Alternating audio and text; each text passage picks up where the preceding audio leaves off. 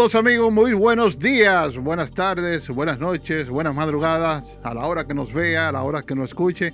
Bienvenido a Transipedia Podcast. Le saluda José Urtecho y me acompaña mi hermano Fernando Rodríguez. Gracias, Capi, gracias a nuestro querido público, amigos, colaboradores de Transipedia, el podcast que hemos diseñado y producido para las personas que le interesa el tránsito y la movilidad y que quieren ver las cosas cambiar y también quieren aportar un poquito, nos envían informaciones, nos proponen temas que quieren que tratemos y demás.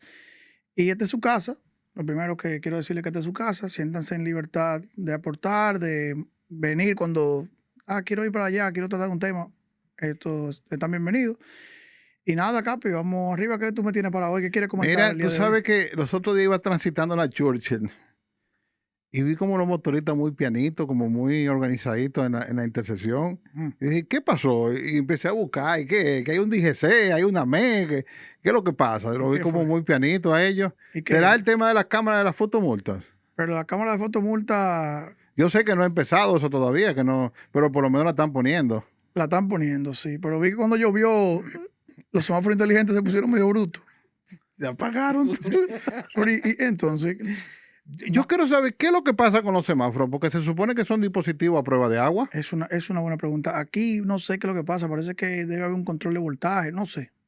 Hay algo raro. ¿Será que habrá alambre pelado? Y hace un cortocircuito y se daña. Tú sabes que aquí muchos electricistas son empíricos, no hacen el curso. Y aprendieron viendo a otros y entonces ahí comienzan a pegar cables y por eso que pasan las cosas aquí. Pero tú entiendes que el tema de las fotomultas, estamos a tiempo, es el momento, va a funcionar. Mira, Porque yo me pregunto, sobre todo los motoristas, cuando se vaya el grupo de motoristas, ¿va a hacer una foto en grupo? es un selfie. Un selfie. Mira, yo con el tema de la fotomulta tengo mis reservas, así como tengo mis reservas con otras implementaciones que sí me han surgido, pero dado que el país no tiene la estructura para llegar hacia allá, me las he reservado su implementación o su sugerencia para su implementación, vamos a decir. Te explico.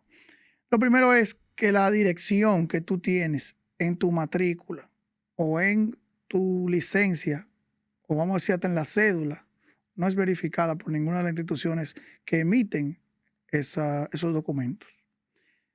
Un ejemplo fácil, tú vas a renovar la licencia mañana y le dices, mira, yo cambié la dirección y te la cambian sin problema, sin verificar. En otros países, volvemos al benchmarking que siempre hacemos, entonces lo que se hace es que te exigen que tú tengas que llevar una prueba de dirección y esa prueba de dirección tiene que ser de servicios, A factura la luz. de la luz, del agua, de la basura, pero no puede ser, con una tarjeta de crédito que yo puse ahí, que es la cuenta de banco, no, de servicios del Estado, que ahí tiene una validez real. Adicional a esto, también creo que se debe eliminar la dualidad de función como identificación que tiene la cédula y la licencia, porque eso causa problemas.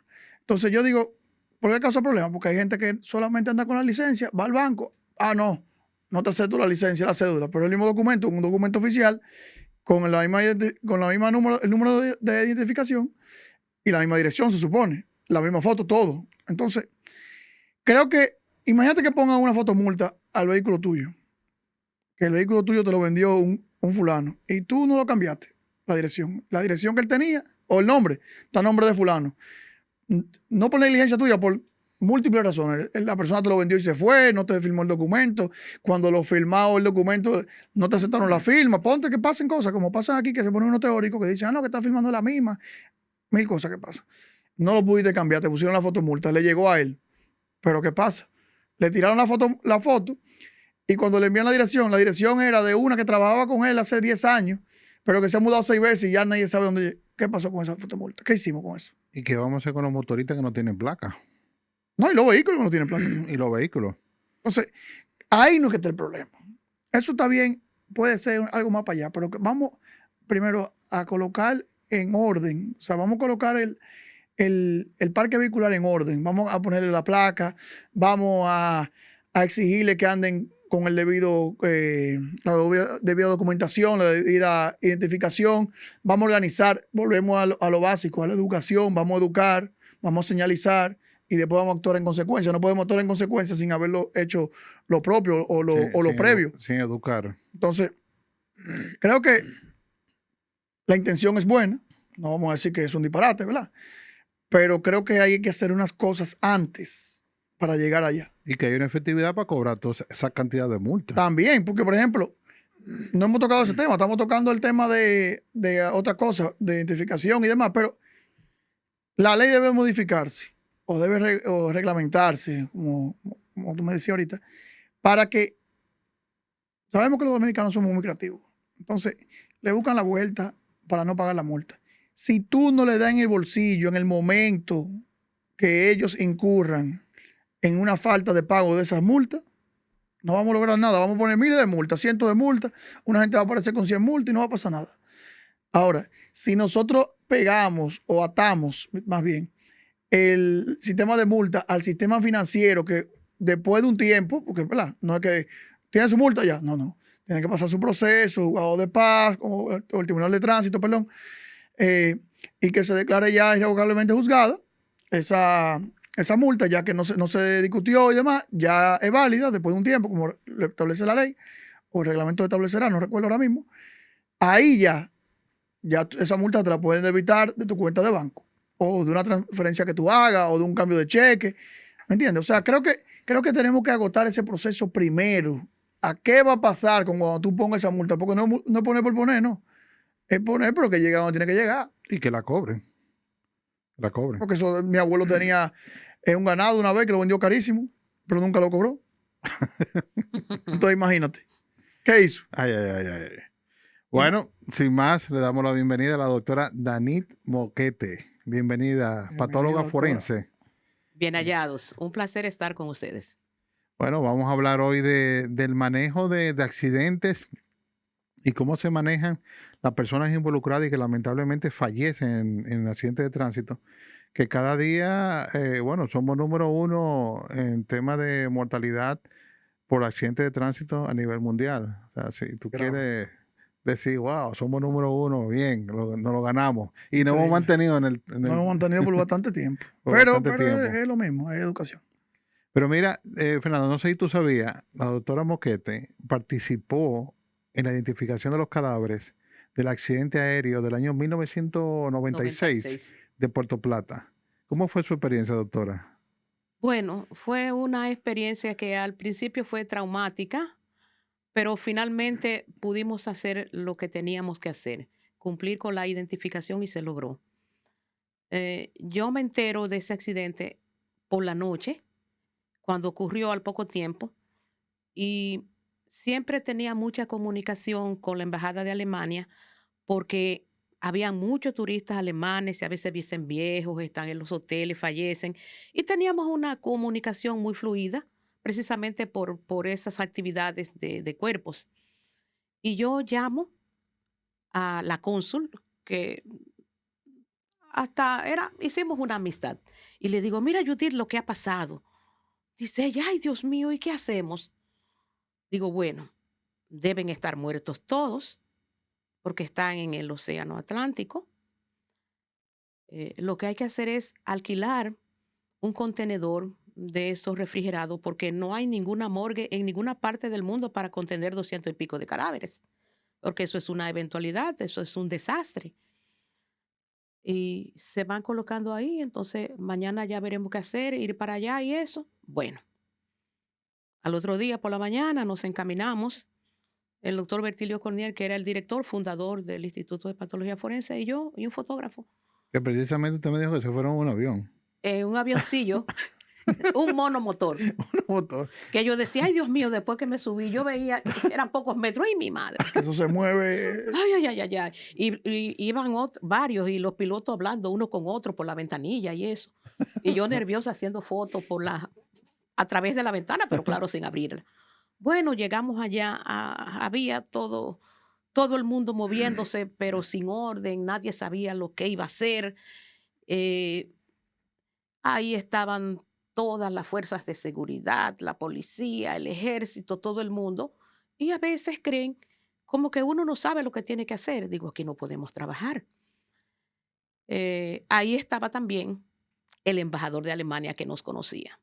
El embajador de Alemania cogió un avión y vino directo donde el doctor Balaguer, que era a la sazón el presidente, y le dijo, mire, ahí hay un desastre. Y ahí nada más hay 2 personas que saben hacer el trabajo, que son el doctor Coronel y la doctora Moquete, y esa cantidad de gente no los dejan trabajar. Entonces, él dio una orden. Entonces, ahí ya todo se regularizó. Ya la embajada había mandado dos contenedores. Nosotros teníamos las bolsas y empezamos el trabajo. La defensa civil fue los yatecitos que tienen y así se recuperaron los primeros cadáveres que estaban flotando aún. Y siempre hay que recuperar los trozos que hay del avión que están junto a ellos, o carteras, o maletas, o todas esas cosas. Dijeron hasta en Puerto Rico que le habían robado las cosas. No es cierto que robaron. Dijeron que lo habían comido los tiburones. No es cierto. Recuerdo que un pescador, yo le pregunté, digo, ¿es verdad que se lo están comiendo los tiburones? Dice, no. Digo, ¿y por qué usted me lo afirma con tanta seguridad? Dice, no, porque hay delfines. Digo, pero ¿y un tiburón le tiene miedo a un delfín? Sí. Y yo me quedé así y luego es bueno no discutir con personas que tienen experiencia. Yo no le discutí, me quedé callada, pero no lo creí. Después lo vi en Discovery. Discovery dice que sí que le tienen miedo porque ellos Sí. le pullan los ojos a los tiburones. Sí, Oh, le salen huyendo. Claro que si a uno se lo comen, pero muchos. Y los delfines yo los veía saltando entre el cuerpo. Efectivamente, ni una mordedura tenían. Eh, Pudimos recuperar, pues, alrededor de la tercera parte de los cadáveres. Entonces, los teníamos ahí. Ahí nos avisó el embajador de Alemania que venía una comisión de Alemania para hacerlo todo con nosotros. Y digo, bueno, pues no hay problema. Dice el director, pues no hay problema, nos preparamos, vinimos acá. Luego que se recuperaron todos los que fue posible, pasamos más de 24 horas en eso de la recuperación y se trajeron acá al Instituto de Patología Forense y esperamos un día para que llegue el equipo. Ellos llegaron por Puerto Plata porque no sabían, primero creían que era por ahí, entonces tuvieron que venir para acá. Vino un equipo completo, un equipo forense, 2 patólogos forenses, dactiloscopistas, criminalistas, odontólogo forense, antropólogo forense, un equipo completo. Y todos los cadáveres fueron identificados, todos los recuperados fueron identificados por identificación visual, por dentaduras, por marcas, por cirugías previas, por tatuajes, y solamente hubo que hacerle ADN a 2 cuerpos, que no era tan factible hacerlo por la identificación visual. Todos fallecieron a consecuencia de los traumas, incluyendo los pilotos, que claro que hay que recuperarlos porque hay que saber qué pasó con ellos, por los traumas sufridos a consecuencias de la precipitación del avión. wow, Absolutamente todos. qué triste. Muy ¿Qué triste. tiempo dura un cuerpo flotando? Bueno, cuando cae al agua algo pesado como un avión, hace una gran onda expansiva, como tiramos una piedrecilla al agua. Bueno, la de un avión es inmensa. Entonces, los cuerpos generalmente que están en las partes salientes del avión, como la nariz, la cola, eso se quiebra porque eso es saliente, se quiebra más fácil y los cuerpos que están ahí son los primeros que salen. Y luego los que están en el cuerpo del avión generalmente son los que se hunden con el avión. Ese resto queda flotando durante muchas horas. Son las horas preciosas para recuperarlo porque están bien fácil así. Y muchos de ellos fueron recuperados ya un poco abajo, pero ya hubo una parte que no fue posible, que los buzos no tuvieron acceso a recuperarlos. Wow. Terrible esa Impresionante. tragedia, ¿eh? Luego ellos me estuvieron muy agradecidos, me ofrecieron un curso en Alemania, que yo fui a Frankfurt a hacer un curso sobre desastres en masa. Allá la familia de esas personas fueron al Instituto de Ciencias Forenses de Frankfurt, allá me hicieron un almuerzo. Ay, ese es mi teléfono. Un almuerzo, por agradecimiento al trabajo de que ellos pudieron enterrar a su pariente. Ujú. Bueno, y entonces, pero ya, como usted dice al principio de la conversación, ¿se contaminó la escena con las personas que estaban ahí? Bueno, Bueno, no, sabemos que no, quizá no en alta mar, porque, bueno, sí, también, porque pudieron haber salido en lancha. sí, no hubo tiempo. No se contaminó. ¿Por qué? Porque fue de noche, muy oscuro, no se ve. Al otro día, cuando amaneció, ya estaban todos los organismos de seguridad y eran cuerpos que estaban flotando, sueltos. O sea que no había nada que tomar. Habían pedazos, partes de maletas, ropa así, flotando, partes del avión. Lo que a uno le interesa tomar todo eso y lo toma porque ayuda a la identificación y las partes del avión ayudan para que los técnicos puedan identificar cuáles fueron las causas. Las causas para evitar que no vuelva a ocurrir otro accidente. Por Exacto. eso es que dicen que la aviación es el medio de transporte más seguro, Más seguro. porque se va aprendiendo de los accidentes, lamentablemente. Sí, sí. O sea, ya se ocurrió un accidente por esa razón y ya se hacen las correcciones para que no vuelva a ocurrir otro accidente. Así es. Sí. Y en los accidentes de tránsito se contamina la escena con los curiosos, porque sabemos que Los aquí primeros ocurre, auxilios. los primeros auxilios que lamentablemente, hasta robo le hacen a los cuerpos. Sí, esa sí se contamina mucho. Yo llegué a trabajar cuerpos que los desnudaron. Hasta la ropa se le llevaron. Wow. Sí, se llevan la cartera y si están vivos los dejan que se mueran, que se desangren y se mueran. Si la ropa no está sucia y es nueva y no está desgarrada, se la llevan, se llevan la cartera, se llevan todo. Es poco malo, Sí, ¿eh? sí, es muy Yo inhumano. he sugerido que ante una escena de un accidente debería de hacerse un Un cerco. cerco, de manera, pero un cerco de que la gente no pueda cruzar y un cerco de que la gente no pueda tomar fotos, porque Es lo hay, mandatorio.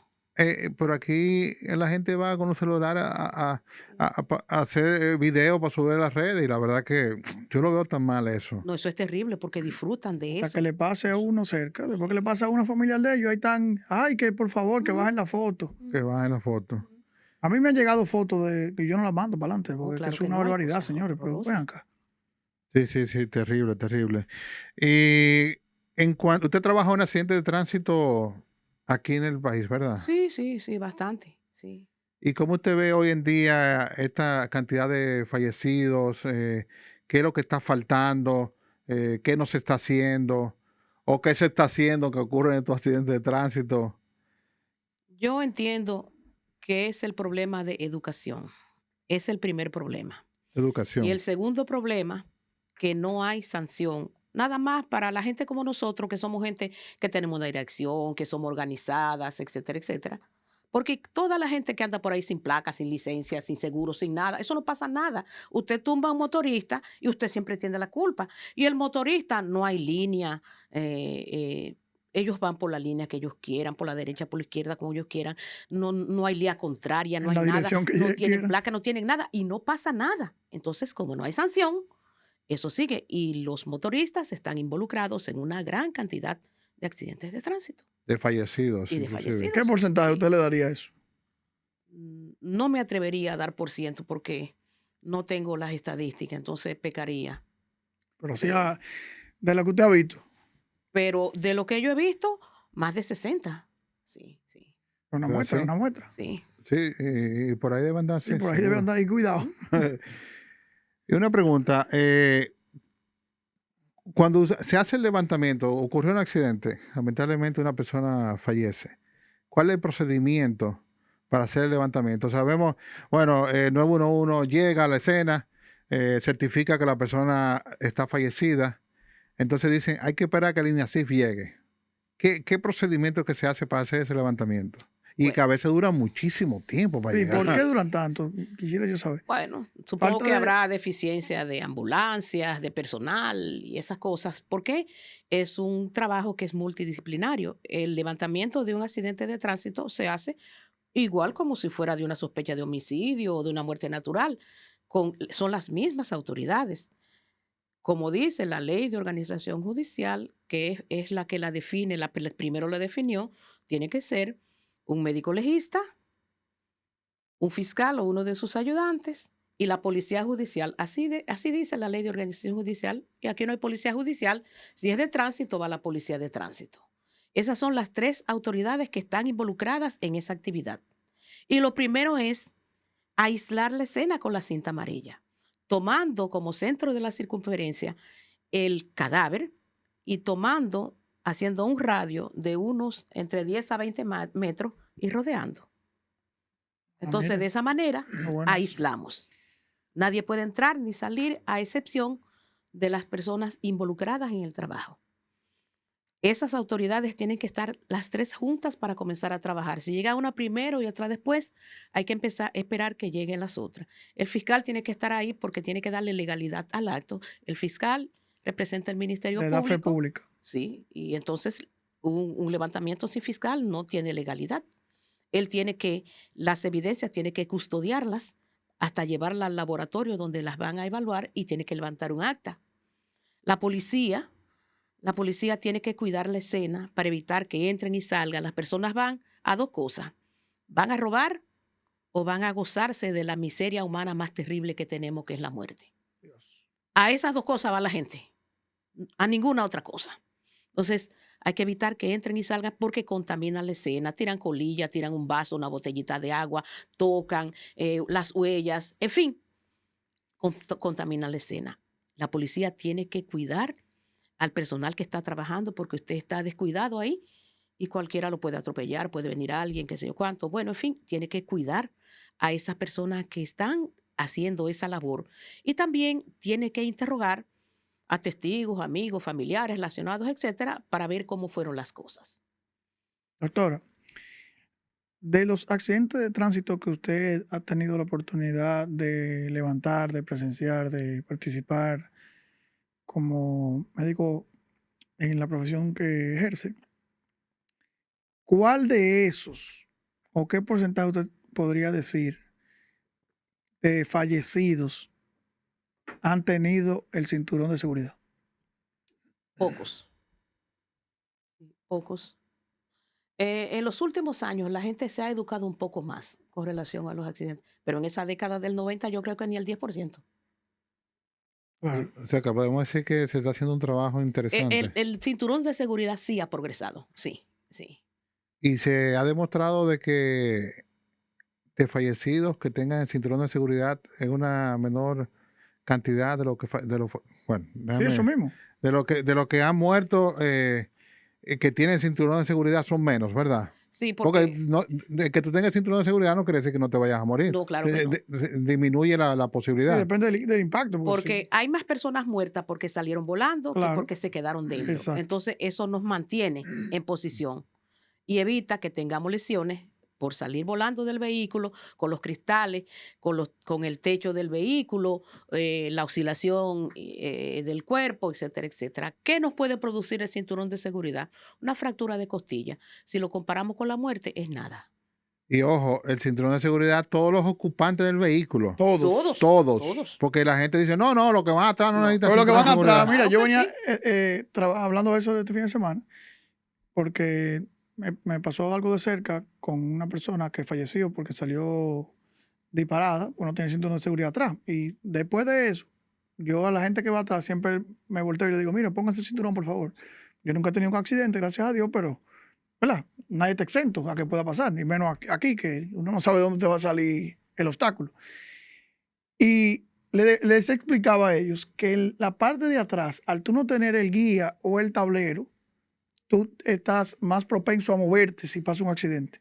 Porque adelante, tú te detienes con el tablero, el pasajero, o el chofer se detiene con el guía. Pero los que van atrás no tienen con qué detenerse, porque el asiento le da, pero lo devuelve para el otro, y tiene los 2 cristales más el centro para salir volando en caso de una volcadura. Inclusive para los que van delante se convierten en proyectiles. Sí, claro. Porque te llevan con todo. La princesa Diana se murió porque no tenía los cinturones puestos. Porque ella lo único que tenía era la arteria pulmonar. ¿Con qué se le rompió? Con el asiento. Ella iba atrás con el asiento delantero, se fue hacia adelante. Por el golpe contra golpe. Aceleración, desaceleración. En el caso de un crimen, saliendo un poquito de tránsito, ¿cómo se da cuenta un médico forense?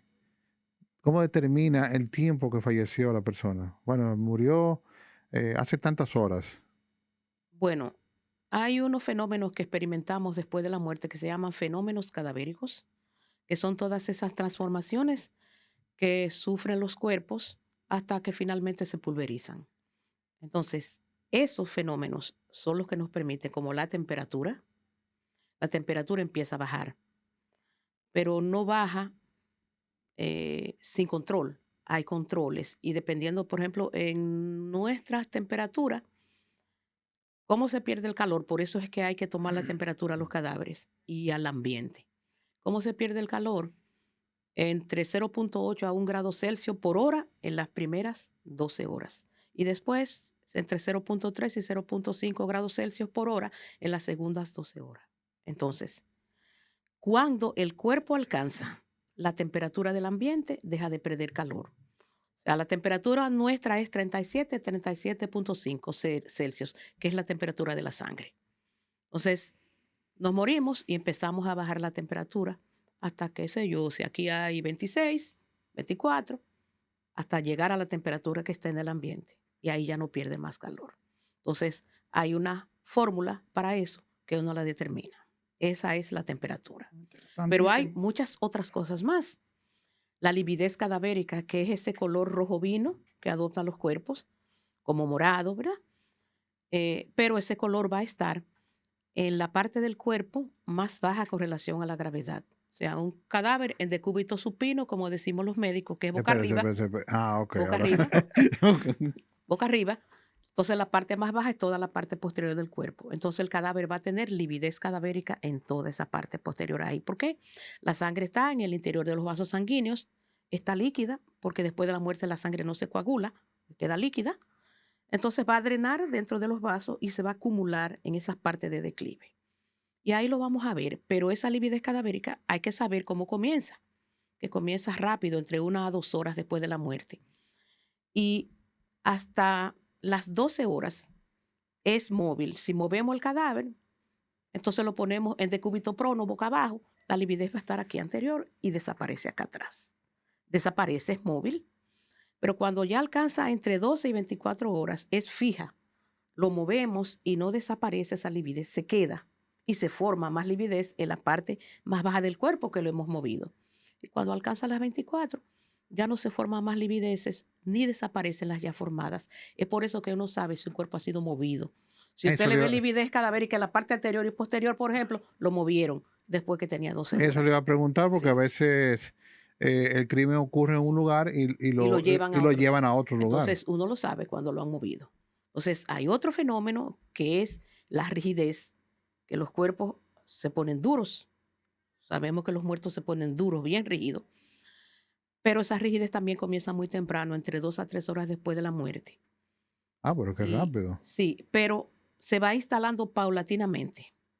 Cara, brazos, tórax, abdomen, extremidades inferiores. Doctora, ahí, perdón que le interrumpa, pero no recuerdo ahora, escuché, leí, vi, no recuerdo, un patólogo forense que decía que cuando los cadáveres estaban duros, y él estaba en la morgue, él le hablaba a los cadáveres, ellos se ponían más flojos, ¿verdad eso? Bueno, yo no tengo una explicación científica para eso. Pero pasa. No, a mí nunca. ¿Usted ha tratado eso? Para que se afloje el cadáver, a veces si tiene un brazo por aquí, uno lo que hace es que le da masaje para romper la rigidez. Pero porque yo leí eso, hablándole, escuché eso. Hablándole porque mira, por favor, déjame. No, claro que no, claro que no. Trate eso, doctora, ve. No. ¿Dónde tuviste eso? No recuerdo, lo voy a buscar. Lo voy a mandar. Lo voy a buscar. No puede ser, no. Uno lo puede romper dándole masaje, porque a veces los brazos están delante y uno necesita trabajar. Sí, porque... Pues bien, entonces la rigidez, el cuerpo está completamente duro entre 12 y 15 horas en este clima, después de la muerte. Y luego empieza a desaparecer la rigidez en el mismo orden en que apareció. Entonces, cuando uno ve que el cuerpo está así, rígido, uno sabe que tiene entre 12 y 15 horas. Si está flácido y solamente rígido en las piernas, uno sabe que está en vías de desaparición, 18 a 20 horas. Si solamente está en la cara, tendrá 4 a 6 horas. O sea que... porque vuelve otra vez al estado donde flácido, inicio, flácido, y se queda así. Y se queda flácido. Sí, ¿por qué? Porque eso sucede. El ATP, que es el ácido trifosfórico, que está en los músculos, que es lo de la energía, con la muerte se desnaturaliza de manera irreversible y se convierte en ácido difosfórico, que es ADP, y en ácido monofosfórico, el AMP. Entonces ya no hay más ATP para continuar el ciclo y se queda flácido.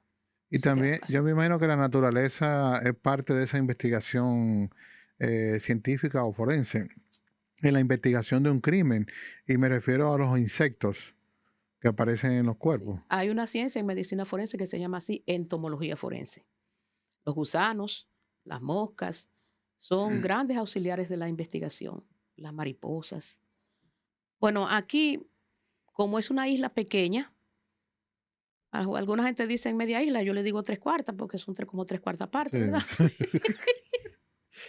Eh, es una isla pequeña con el mismo clima, o sea que aquí puede moverse un cadáver de un sitio a otro y va a tener los mismos insectos. Pero los países continentales sí, que hay diferencia en el norte y en el sur, por ejemplo, como en Estados Unidos, que es tan diferente el clima y eso, con los insectos es muy diferente, muy diferente. Y aquí esas moscas, como se llaman las moscas necrófilas, las moscas de los cadáveres, aquí nada más hay 2 variedades de esas moscas necrófilas. Países continentales hay 20 y pico de variedades. Y también uno determina el tiempo de fallecido a través de esos insectos, de las moscas, de los diferentes anillos que tienen, porque las moscas desoban en los cadáveres y desoban en los orificios naturales como la nariz, la boca, los ojos, etcétera, que son esas cositas blancas que vemos. Y porque esos son lugares húmedos y oscuros y son aptos para que el huevo pueda mantenerse. Entonces, en nuestra variedad, alrededor de las 48 horas, eso es un cadáver que no, nadie lo ha visto ni nada, porque después pues lo asean y eso no sucede. O está en una funeraria, higienizado. Entonces, luego ese huevo eclosiona y sale una larva, el gusanito blanco, con un anillo, y cada 24 horas le va creciendo un anillo, hasta que completen los 6 o 7 anillos que tiene la variedad de aquí. Entonces ahí se va a envolver en su capullo, va a hacer toda la metamorfosis hasta que se convierte en una mosca adulta como la mosca que le dio el origen. Entonces, a través de ello también determinamos el tiempo de fallecido de un cadáver. Wow. ¿Y qué recomendaciones usted le pudiera dar a una persona que es víctima en un accidente o pasa por donde hay una persona que sufrió un accidente y está herido, no está muerto? Porque, por ejemplo, siempre he visto, he leído también y me he visto también en los diferentes medios, que primero que te dicen, no lo mueva, o si lo va a mover, deja que una gente sepa, porque la movilidad también puede causarle la muerte. ¿Qué de cierto tiene eso? ¿Qué usted recomienda? Cuando hay lesiones de la columna vertebral, eh, si movemos mucho, puede entonces lesionar la médula espinal y dejarlo parapléjico. Ujú. Entonces lo invalida. Es preferible que sea una persona entrenada que lo mueva. Ahora uno le mira la boca, si tiene las vías aéreas libres, si tiene sangre, uno se la puede limpiar para que no se asfixie, esas Ok, cosas, y llamar a una unidad para que lo vaya a rescatar. ok. Entonces, tú pudieras, y lo pudiera poner plano, por ejemplo, eso sería algo, Bueno, no tendría, sí, para ponerle plano hay que moverlo. hay que Es moverlo. mejor dejarlo ahí, es mejor dejarlo ahí. No voy a Yo- dejarlo tirado ahí. Tirado no, pero en el sitio donde está y poner algo, un escombro, lo que encuentres para que no vayan a atropellarlo. Sí, claro. Sí, Y tapar el sol, porque ese sol da sí, duro. sí, el sol. Sí. Sí, Da duro. sí. Yo que he visto eventos, lo primero que busco es llamar 911 primero y buscar una sombrilla al herido, porque se quema y esa Claro. tabia Se caliente. deshidrata y sangrando y eso, sí, sí, se puede morir, sí. ¿Qué tipo? Torniquete, también torniquete. Es que la gente tiene que aprender a hacer torniquete, porque mucha gente no sabe hacer un Sí. torniquete, ni qué es un torniquete. Doctora, díganos qué es un torniquete para los que no Bueno, saben. un torniquete podemos hacer un torniquete con cualquier cosa que apriete, un alambre, una sonda, una tela, para evitar que se desangre, para apretar un vaso sanguíneo y evitar que la persona se desangre hasta que llegue a un sitio donde le presten servicios médicos. Pero un torniquete, usted lo haría apretando ya, por ejemplo, un lacito, uno lo agarra y lo aprieta y ya. Hay que apretar, sí. O, porque he visto también que le ponen, tú agarras un palito y le da vuelta y También, hace. sí, también, lo hace, sí. Eso es para evitar que una extremidad... que un vaso, sí, que un vaso sanguíneo lesionado, que se muera por la hemorragia. Eso es interesante porque mucha gente no sabe. Por ejemplo, han habido accidentes aquí, uno muy famoso, me voy a reservar el nombre, de una persona que perdió la pierna y murió porque se desangró. Porque nadie fue capaz ahí, con no poder conocimiento, de amarrarle la pierna, hacer el torniquete de esa pierna. Perdía la pierna, pero no perdía la vida. Sí, sería la femoral, porque la femoral es una arteria grande. Rápido. Sí, mata rápido. Ese caso es lamentable. La persona estaba normal hablando y después falleció. Exacto. ¿Qué tipo de evidencia busca específicamente en el cuerpo de una víctima de accidente de tránsito para determinar la causa de la muerte? Bien, entonces hablamos ahorita de qué hace la policía y qué hace el fiscal. Faltó decir qué hace el médico, vamos a decirlo. Exacto. El médico es la primera persona que entra a la escena. Cuando hablamos del médico, es el personal del 911. Sí, no, el médico forense. El médico forense. Sí, o el Que médico ya la legista persona que está fallecida. Sí, ya. No, él tiene que ir a afirmar o a descartar la muerte. Porque a veces pensamos que una persona está muerta y no está muerta. Y si una persona está viva y parece muerto, seguro que necesita auxilio médico rápido. Entonces es por eso que el médico le debe decir al fiscal, magistrado, voy a entrar, y entra a la escena para cerciorarse si la persona está con vida, porque si está con vida hay que trasladarlo rápido a un centro médico. ¿Y cómo se da cuenta usted de que está con vida o no? ¿Con el pulso? Bueno, cuando hace poco tiempo que ha ocurrido la muerte, que los fenómenos cadavéricos no se han instalado, uno le toma el pulso, le puede tomar la presión o poner un espejito en la nariz y si se humedece uno sabe que está respirando, uno se da cuenta. Okay. Y cuando ya uno ve que los fenómenos cadavéricos están instalados, es evidente, ya no hay que hacer nada, es evidente que está muerto. Entonces el médico se retira y deja que la policía recoja las evidencias. Las evidencias van a ser dependiendo del caso. En un accidente de tránsito, usted puede tomar botellas, ver si son de alcohol o de qué sustancia. Si hay partes del vehículo roto, desprendido, hay que tomarla. Si hay teléfono, hay que tomarlos. Propiedades importantes se van tomando porque luego se va excluyendo. Si hay armas de fuego también, porque a veces hay personas que van conduciendo y pelean y uno le dispara a otro y viene el accidente, pero no es un accidente, es un homicidio. Sí. Entonces, si hay armas hay que tomarlas, a veces esa arma está disparada, entonces cuando hay armas hay que hacerle la prueba de absorción atómica a las personas que están ahí, a ver si han disparado. En fin, las evidencias y hay que tomarle las huellas digitales. Las personas, los fallecidos, hay que ponerle unas bolsas de papel en cada mano para evitar que se pierda cualquier evidencia que puedan tener en las manos, como cabello o piel en la uña, si se ha defendido. Y no puede ser de plástico, porque el plástico con el sudor se altera, con el calor y la evaporación se altera, pero con la de papel no, porque es porosa y pasa. Entonces se protegen las manos de esa manera y luego se va a trabajar con el cuerpo. Se hace un examen del cadáver. Un examen del cadáver de la cabeza hasta los pies. No importa que sea accidente de tránsito o homicidio. Es que no necesariamente lo que uno ve como un accidente de tránsito no necesariamente es un accidente de tránsito. A veces hay homicidios que los simulan accidentes de tránsito. Hay personas que los ponen en un vehículo, los matan, los dejan caer, los dejan que se vaya por una bajada. Y me imagino que habrá método de saber si esa persona realmente murió por un accidente de tránsito o ya estaba muerta. Sí, porque las lesiones que tiene no van a tener reacción vital, o a veces uno le encuentra una lesión previa, un trauma que es suficiente para causar la muerte, o muchos casos. Puede darse caso. Heridas de arma de fuego, o le dan fuego al vehículo. Y para simular. ¿Cómo se da cuenta uno de que esa persona murió por inhalación de humo o ya estaba muerta? ¿Qué hacen? Bueno, ¿Cuál es la investigación que se hace? Cuando una persona está inhalando humo, también tiene monóxido de carbono. El monóxido de carbono es un gas venenoso, producto de la combustión incompleta. Donde quiera que hay combustión hay monóxido de carbono. Si estamos al ambiente, pues lo inhalamos y se va. Pero si estamos encerrados nos intoxica y no nos damos cuenta. Silencioso. Entonces, porque es incoloro. es inodoro y no te das cuenta. Entonces, hay que hacer una prueba en química para ver la cantidad de monóxido de carbono que tiene, si es una cantidad letal o simplemente los efectos que no llevan a la muerte.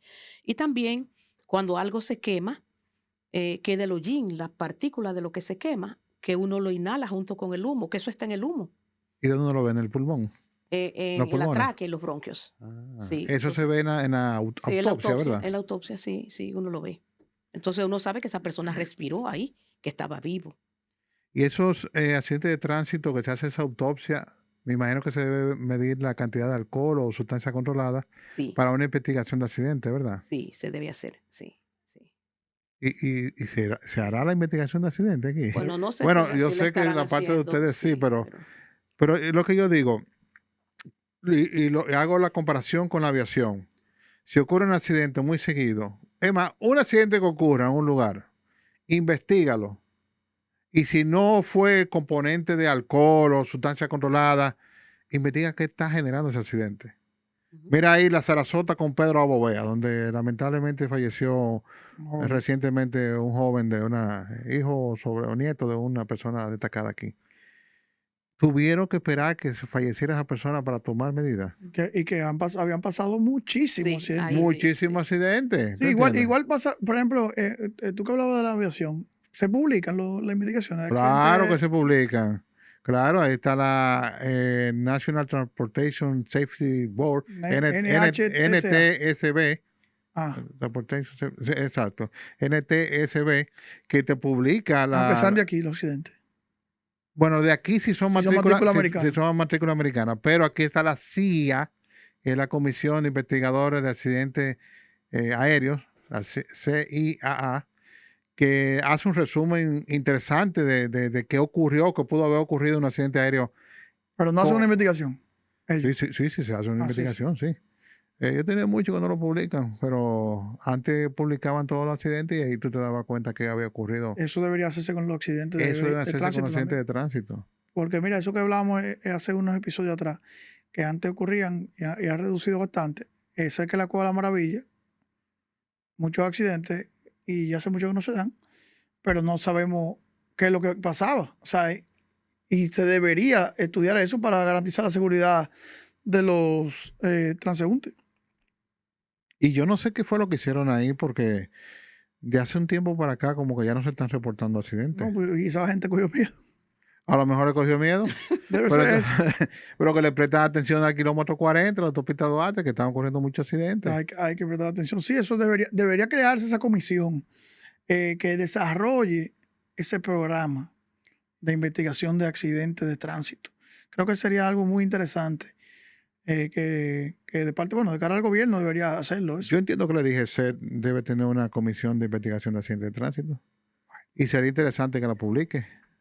Capi, no hay DGC suficiente para controlar el tránsito. Pero ¿Tú crees que van a tener capacidad humana para tener una investigación, o sea, un conglomerado de personas que lo investigue? Porque nos salimos un poco del tema, pero es que no tienen personas, o sea, no tienen capital humano y es porque no tienen un buen salario, un buen incentivo, buenas condiciones de buenas trabajo. condiciones de trabajo. Entonces, debemos llevarlo a eso, a que sea un trabajo digno, porque pasarse el sol, eso dije, pasarse en el sol ahí 12, 14, 16 horas, no es fácil. Entonces, para que una gente venga a insultarte, Y hazte una galleta. hazte una galleta, como pasó con este hombre, que es un tema que deberíamos tratar antes de irnos hoy. Sí. Pero bueno, Doctora, ¿cuáles casos de personas fallecidas necesitan hacer autopsia? La ley dice que toda persona que muera de manera que sea un homicidio o sospecha de homicidio, por suicidio o sospecha de suicidio, por accidentes, cualquier muerte violenta, cuando la persona está en prisión, no importa que hasta sospechen que sea una muerte natural, si está en prisión hay que investigarla, o en toda circunstancia que quien esté haciendo la investigación, la parte, el juez de instrucción o quien sea, él ordene. Un fiscal. Una muerte súbita de un ataque al corazón en una vivienda. ¿Hay que hacer autopsia? Bueno, una muerte súbita es aquella, por problemas cardíacos debe ser repentina. Una muerte súbita es aquella que se produce en una persona aparentemente sana, que no se conoce, que tenga una enfermedad y colapsa y se muere. Ahora, una persona que tenga un problema cardíaco, colapsa y se muere, ya es una muerte repentina, porque es una persona que se conoce, que tiene una determinada enfermedad y ha fallecido a consecuencia de ella. Entonces, todas las muertes súbitas deben también de ser de autopsias médico-legales. Aquí estamos aprendiendo, pero yo creo que es una pregunta que a lo mejor es muy obvia y todo el mundo lo sepa. ¿Qué diferencia hay entre una necropsia y una autopsia? No, son sinónimos. Son sinónimos, es lo mismo. Autopsia y necropsia, y también hay otro término, tanatopsia. ¿Cuál es esa? Lo mismo también, porque tanato significa muerte, el dios griego de la muerte, Thanatos. Tanato, muerte, opsis, estudio, ver. Autopsia, autonomismo, opsis, muerte, el estudio que se hace con los propios ojos, usted mismo, con la vista.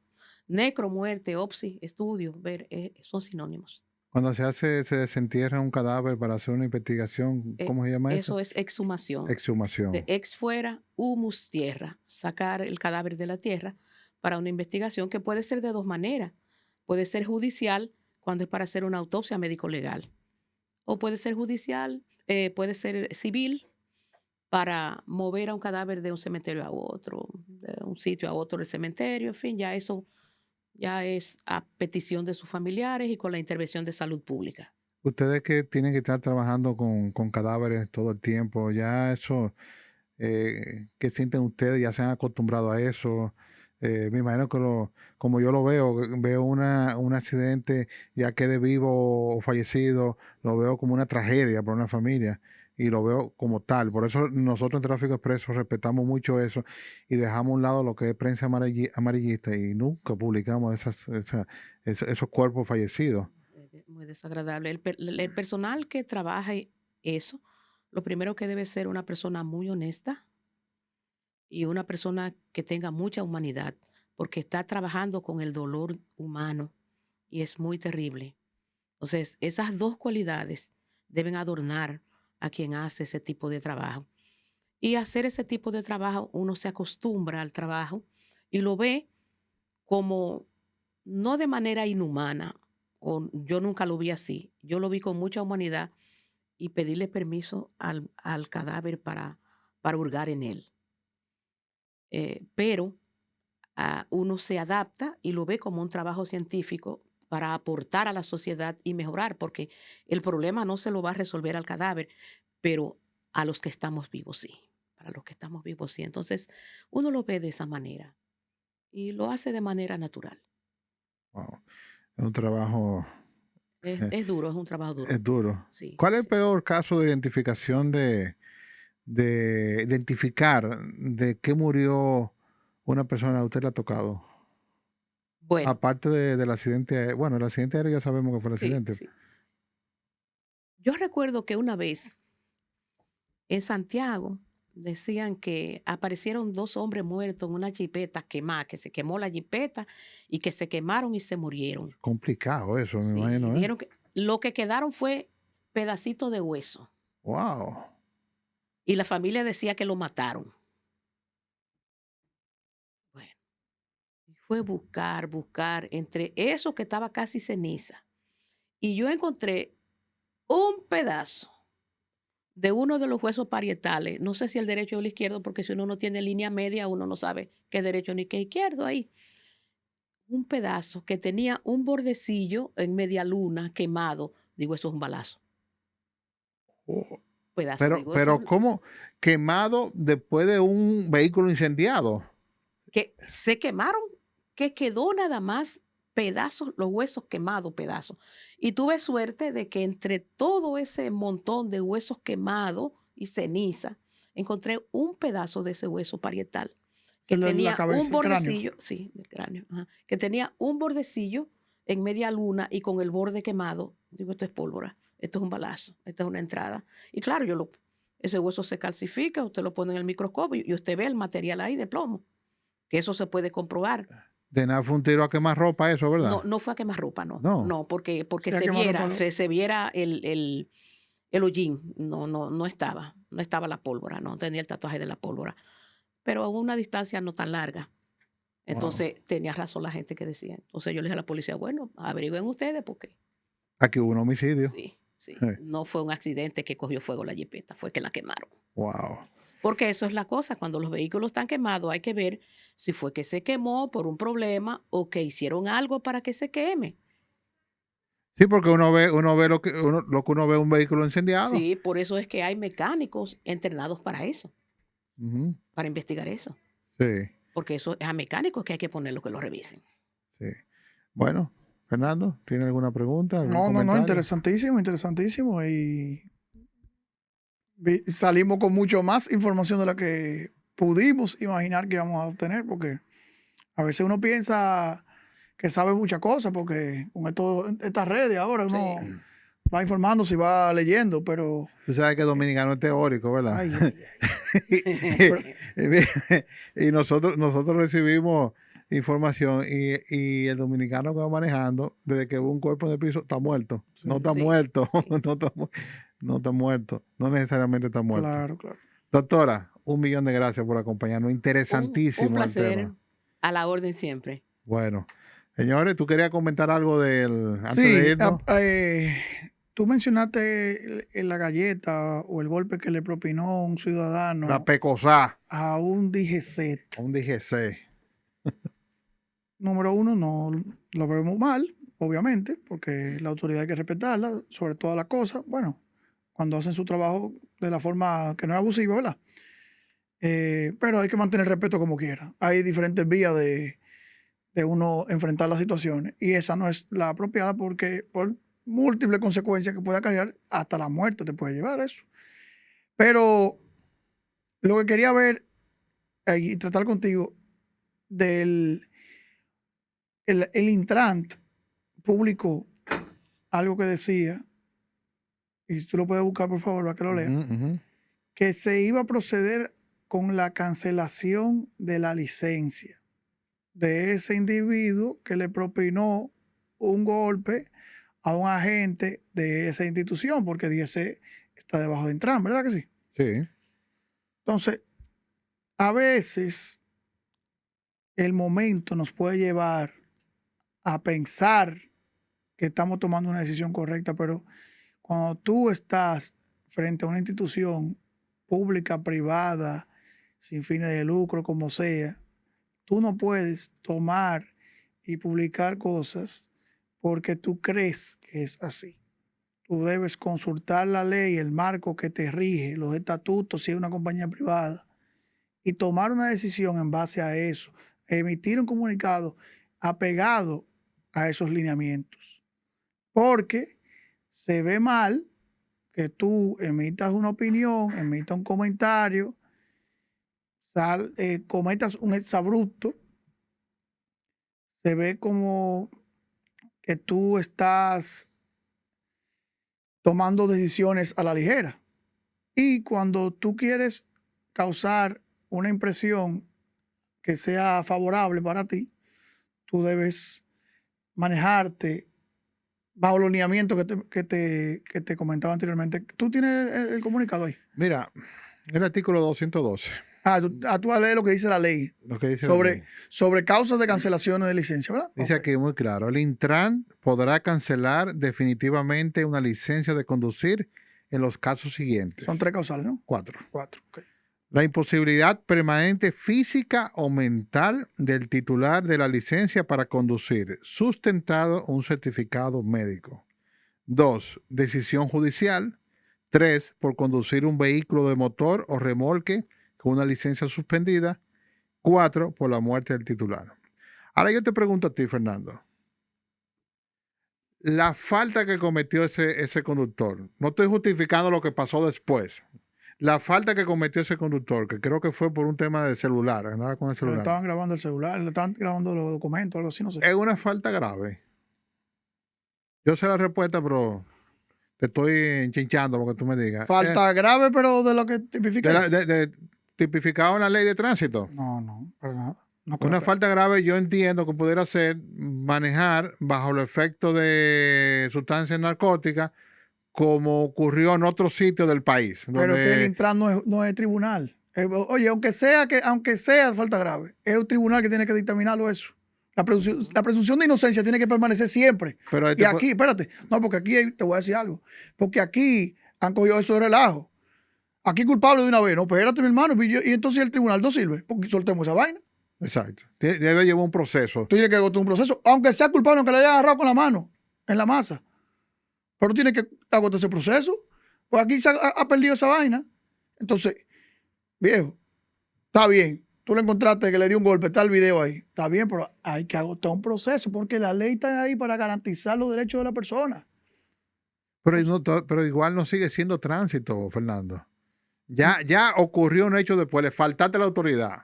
Ahí también que te caiga razón. Todo el peso de la ley por haberle faltado a la autoridad. Porque yo puedo ir caminando en la calle y un policía venirme a hablar mal y yo de una galleta. Ahí no tiene nada que ver con tránsito. En esta ocasión, el individuo fue detenido por una infracción menor de tránsito y después sucedió lo otro. Claro. Desacato a la autoridad y lesiones personales. Claro. Exacto. Claro. Pero no quiere decir que él cometió una infracción grave de tránsito. No, dame buscar aquí que dice de infracción grave. Infracciones graves, porque yo no sé si dice algo. Porque si eso lo comparamos con el hecho aquel del autobús, ya ahí tiene otras atenuantes, ¿verdad? Sí. Bueno, eso habría que verlo y analizarlo, porque no podemos tomar esa decisión hacia la ligera de que, le diste una galleta, está cancelada la licencia. Pero dice aquí... ¿Y los puntos para cuándo? Dice aquí de los accidentes e infracciones de tránsito. Clasificación de las infracciones de tránsito. Las infracciones serán sancionadas de acuerdo a su gravedad con la clasificación y escala siguiente. Oye, porque se contradice ahí. Es el artículo 300. Infracciones graves, que es el número 3. De 3 meses a 3 años de prisión y multa de 5 a 50 salarios mínimos del imperante en el sector público centralizado, pero no habla de suspensión de la licencia. No habla de suspensión. Entonces hay algo raro ahí. Eso hay que verlo. No, eso es un problema judicial que hay que resolverlo desde el punto de vista judicial. Eso no es una decisión así, no. Exacto, aunque lo diga aquí, por esto usted suspende la licencia. Aunque diga, mira, si usted agarra un DSC y le da una golpeada, a usted le suspende la licencia. Aún así, aún que lo diga, tipificado en la ley de tránsito, aún así tiene que ir a un tribunal. Exacto. Porque aquí una gente asesina a otra, ¿verdad? Y no va, no, ya usted está condenado a 30 años, váyase. No, eso tiene que pasar un proceso. Claro. Y tiene que pasar unas instancias que están establecidas en la misma Constitución. Porque si no, tú serías una selva. ¿Tú te imaginas que a ti te acusan de una vaina y ya, preso? Vaya, se fue. No, tú estás preso ya. ¿Me entiendes? Entonces, ese dictamen que emitió esa institución pública, no lo vi bien. Debe haber otro manejo ahí. Sabemos que a veces la presión y eso, pero tú tienes que tener al lado de ti. Pero tienes que manejar esa presión. Tienes que tener al lado de ti gente que te diga, güey, espérate. Aguanta. Porque a veces en las instituciones, por ejemplo, el que lo publicó eso, debe decir, no, pero espérate, yo no puedo publicar eso. Porque debe decirle al director de la institución, no, espérate, mira, no puedo publicar eso. Debe tener un jurídico. Ahí sí, ¿verdad? Sí. Espérate. Eso lleva un proceso. Entonces, bueno. Pero nada, Capi, despídate de este programa, que este programa fue muy bueno, interesante para las personas que andamos todos los días en la calle y no sabíamos de estos temas hasta que la doctora vino hoy y nos pudo exponer un poquito de lo que ella practica a diario, que es algo muy loable, déjame decirte, porque no es fácil. No es fácil. Y yo quiero hacer un llamado a la gente de que cuando vea un accidente de tránsito, trátelo con respeto. Por favor. No esté filmando, no esté tomando fotos. Mantenga la integridad de esa persona que falleció y mantenga el respeto a los familiares de esa persona, que es una tragedia, señores. Es una tragedia. Eso es grave. La gente quiere estar... Mira, el otro día cuando el accidente que hubo en el militar que cruzaba por el peaje de la autopista Duarte, hay la gente mandando las fotos y los videos y eso. ¿Y por qué, Dios mío? Hay cuentas de redes sociales que le encanta subir eso. Sí, eso debería sancionarse, realmente. Yo creo que sí, que se debe sancionar. Pero de verdad, porque... Pero que se haga. Debe estar por ahí en la ley. Sí. La exposición de eso debe estar por ahí, pero tú sabes que... Bueno, señores, muchas gracias por la sintonía. Siempre digo sintonía, pero está bien, lo voy a seguir diciendo, sintonía. Síganos en Instagram como Transipedia. activen la campanita de YouTube, hagan comentarios, pueden hacernos comentarios, pueden sugerirnos temas, pueden inclusive hasta venir aquí con nosotros, que lo vamos a entrevistar. Y nada, será hasta la próxima.